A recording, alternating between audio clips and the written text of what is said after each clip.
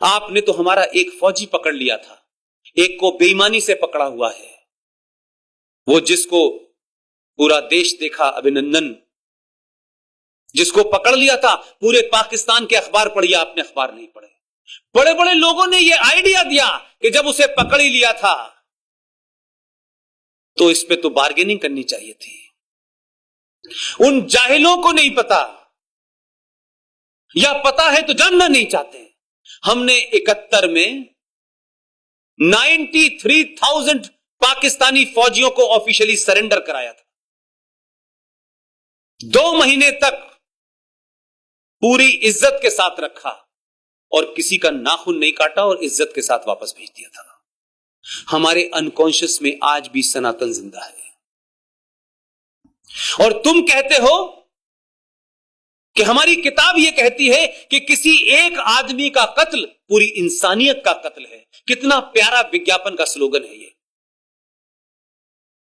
एक फौजी भारत का, जो भारत के लिए लड़ रहा था, पाकिस्तान का फौजी भी पाकिस्तान के लिए लड़ता है, उससे कोई इंडिविजुअल झगड़ा नहीं होता किसी का, वो गलती से रह गया। उसने बहुत मिन्नतें की। मेरे बुजुर्ग बाप हैं, तुम यातना दे सकते हो मुझे, लेकिन मेरे साथ ऐसा मत करो। उस जिंदा फौजी की आंखें निकालनी, गुर्दे निकालने, उसके शरीर का हर अंग निकाल लिया और भारत को टेलीफोन करके डीजीएमओ को कहा कि आपका एक फौजी हमारे यहां, उसे ले जाइए। उस फौजी का नाम था सौरभ कालिया,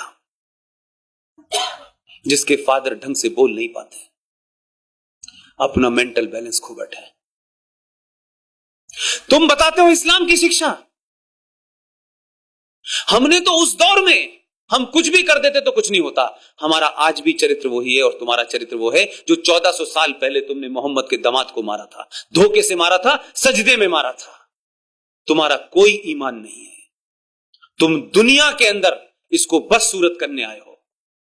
कई सारे कंफ्यूजन है। इस्लामिक आर्किटेक्चर, पूरे इतिहास में ये इस्लामिक आर्किटेक्चर नाम की कोई चीज ही नहीं है। कहां है इस्लामिक आर्किटेक्चर? कहां है मुझे बताएं पूरी दुनिया में। लेकिन हमारे बहुत सारे लोग, नए नए ज्ञानी जो हैं, वो कहते हैं इस्लामिक आर्किटेक्चर है। कौन? लाल किला, कुतुब मीनार, ताजमहल किसने बनाया?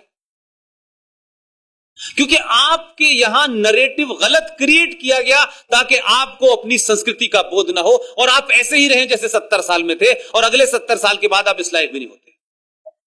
ये तो ऊपर वाले का और गुजरातियों का धन्यवाद करो कि 1947 की गलती का प्रायश्चित जल्दी कर लिया इन्होंने। नहीं तो 1947 में जैसे लोग ये भेज रहे थे तो सत्यानाश ही हो जाता। एक गाल पे दे दो तो दूसरा गाल खोल दो और ये कर दो और वो कर दो। ये तो धन्यवाद देना चाहिए गुजरातियों को, पूरे देश का ऋणी होना चाहिए। मैं तो ओपनली कहता हूं, मैं तो उत्तर प्रदेश का रहने वाला हूं, कि गुजरातियों ने 1947 का प्रायश्चित जल्दी करा और दो भेजे। कहा कि एक गलती रास्ते पे जाए तो तुम उतरने मत देना। और जो रौब और जो स्टाइल नजर आ रही है लोकसभा में, लगता है कि बात हड़का देता होगा अकेले में। जो मैं कर रहा हूं मुझे करने दो। इतने लंबे समय के बाद पार्लियामेंट के अंदर इसको हिंदू मुस्लिम से छोड़ दें आप थोड़ी देर के लिए, माइनॉरिटी मेजॉरिटी में भी छोड़ दें आप, क्या आपको इस बात का कहीं कोई गर्व होता है? कर कोई हल्का सा भी एक एहसास होता है कि आज इस देश में 10 से 15 लोग, मैं कल आपके शहर में ही था, उसी समय पे जब मैं स्पीच दे रहा था, मेरे साथी सुशील पंडित लखनऊ में बोल रहे थे, RSN सिंह कहीं और बोल रहे थे। हम में से किसी का सरकार के साथ डायरेक्टली इनडायरेक्टली कोई संबंध नहीं। कोई वजह तो होगी कि कुछ लोग अपने आप देश में कुछ करने निकले हैं। कोई वजह है कि रात के 10 बजे आप जैसा समाज मुझे सुन रहा है। आपको मजबूरी में बसों में भर के नहीं लाया गया है। यह कोई रैली नहीं हो रही है राहुल गांधी की कि बस में चलो। और जब बस के बाद इंटरव्यू पूछो तो बोले हमें पता नहीं हम क्यों आए हैं, हम तो यहां घूमने आए थे। इस पागल की कोई रैली में आता है? वो तो ये कह रहे हैं टेलीविजन पे, हमें क्या पता है कहां की रैली। मैं ये कह रहा हूं कि ये आपकी पहली स्टेज है। इस भारतीय समाज के जागृत होने की पहली निशानी है कि पूरा देश इस वक्त इतिहास को जानना चाहता है। और पहली निशानी सबसे डिफिकल्ट होती है, पहली स्टेज पे ज्यादा मेहनत करनी पड़ती है। लिहाजा हमारा कोई निजी स्वार्थ नहीं है, हमारा कोई निजी एजेंडा नहीं है।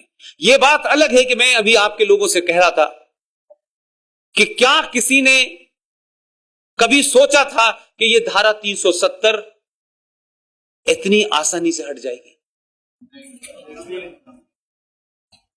और कमाल यह है कि जब हटी है, क्योंकि हमें एक बात बताई गई है कि ये जो नाथूराम गॉडसे के लोग हैं, ये देखिए देश के संविधान को बदलना चाहते हैं, इनकी कभी मेजॉरिटी नहीं होगी।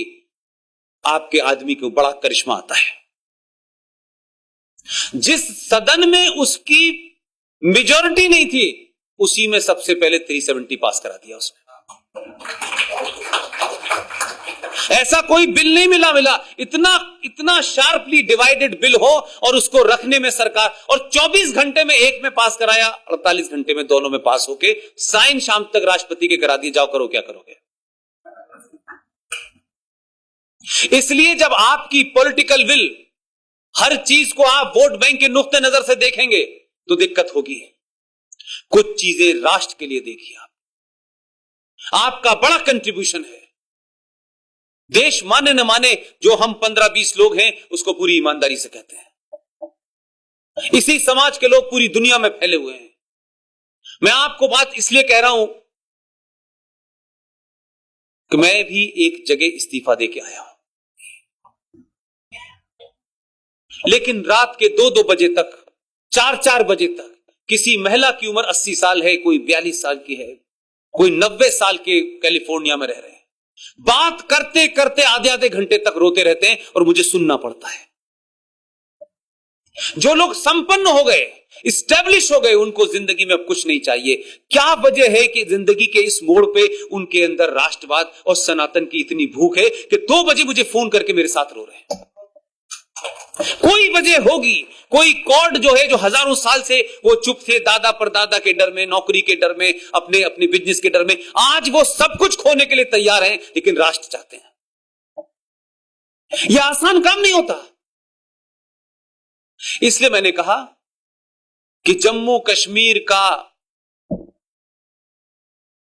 पीडीपी, पीपल्स डेमोक्रेटिक पार्टी, जिसकी सदर महबूबा मुफ्ती है, उसका एमपी जब ये कह रहा था तो मैंने कहा इसके ऊपर हंसा जा सकता है या रोया जा सकता, लेकिन उस बेहया, बेशरम और बेगैरत मेंबर ऑफ पार्लियामेंट की हिम्मत देखिए, जिस कश्मीर में उसी सूबे का पहला आदमी भारत का पहला मुसलमान गृह मंत्री बना।